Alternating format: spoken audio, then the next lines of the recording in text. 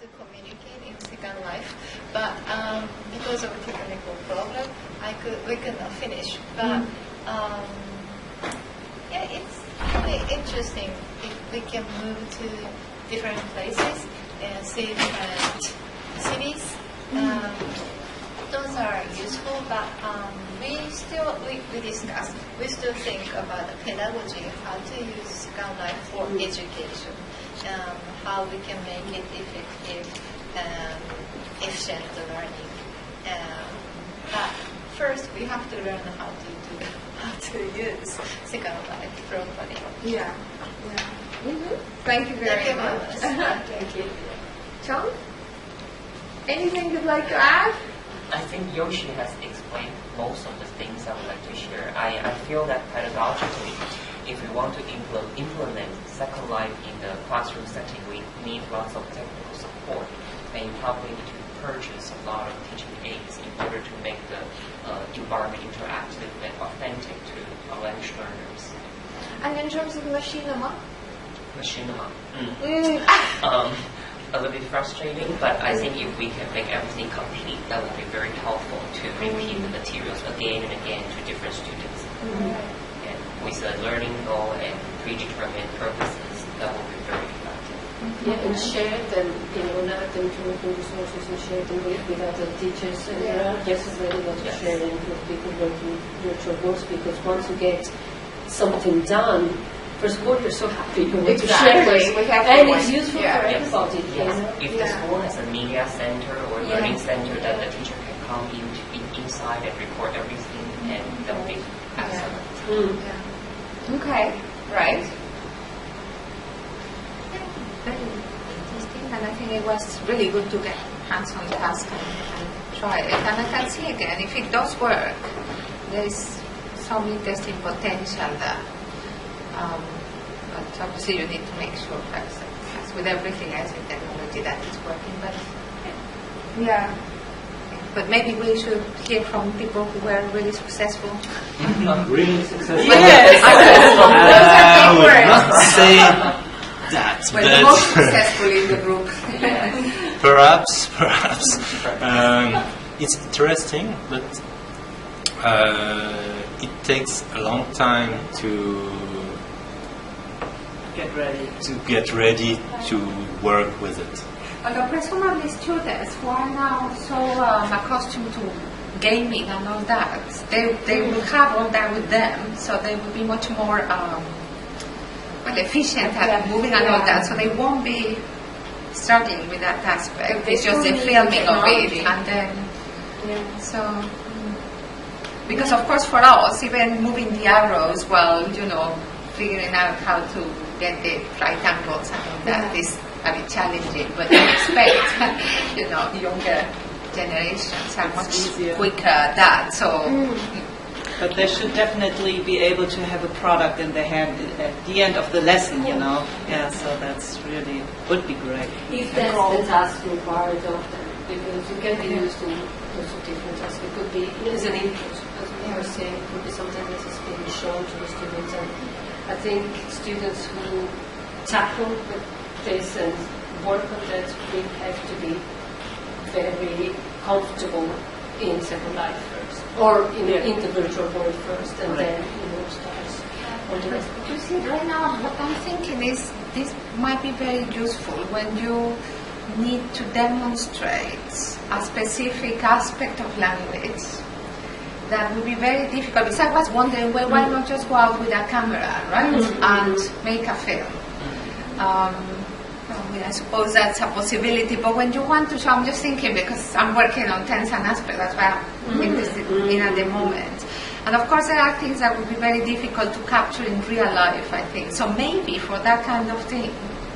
What kind of things are you can't, you can't really go, it depends on where you are. Like, I live in Ireland, and I can't go out and film the Italians.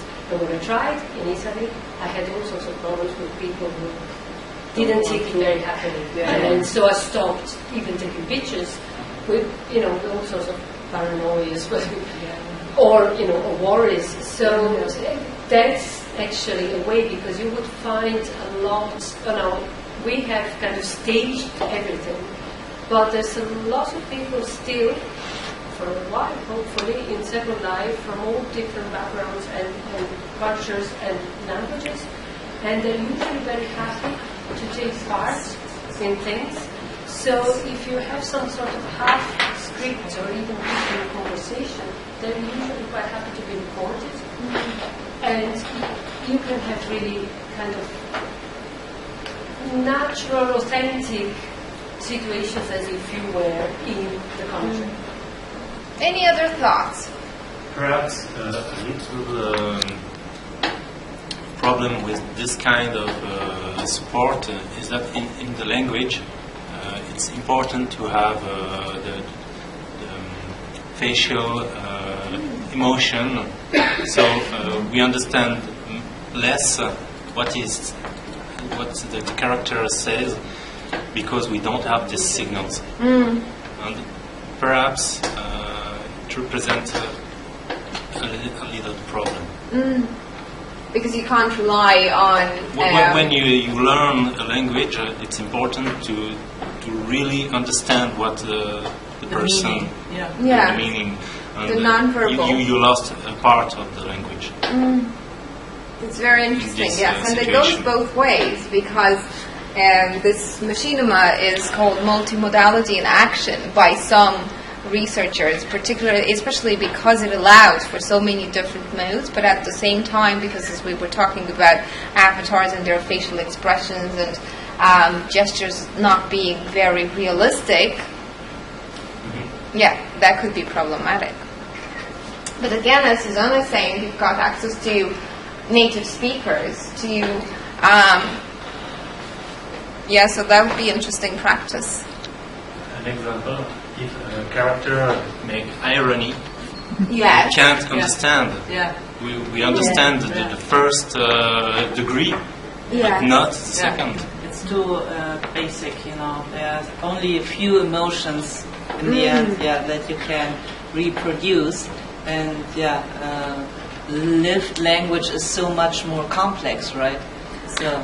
But then it's more complex in Second Life because you have the chat, you can write, you have different ways of communication, and the positive thing that, for example, in a classroom, that with children, with younger people, if people make a mistake, you can't see that the avatar is laughing, hey, you made the mistake, or something like that. So it is a more safe environment, and people feel happier to communicate. So that's the other side of the medal. You know, there are always positive and negative. But it's also a very interesting challenge to convey irony in Second Life. But even in real life. Because, unless the competence, the learner's competence is a very high level culturally as well, it's not easy. Anyway, is it? Even after living in the country for a very long time, sometimes you never really get that. In irony, The subtle, And even in the same country where you live, you know. Sometimes it's like, even different parts of It's like humor. It's difficult as well. That's correct. But it's possible. We have the winky, smiling. For instance, we have those smileys in Skype. With the wink, just in order to signalize. It's not 100%. Like I said. But I'm teaching Italian, and Italian without irony is just not getting the language at all. So you have to get it, and this normally you understand in reality. You see the person and you think, oh, everybody's like, oh, it's not okay, and then you get it. I don't know how you could simulate that. There is an interesting series of Machinima on jokes I do. that you produced with Carol. Those would be interesting to watch and see whether there is added meaning there. How does that compare to the actual joke in real life?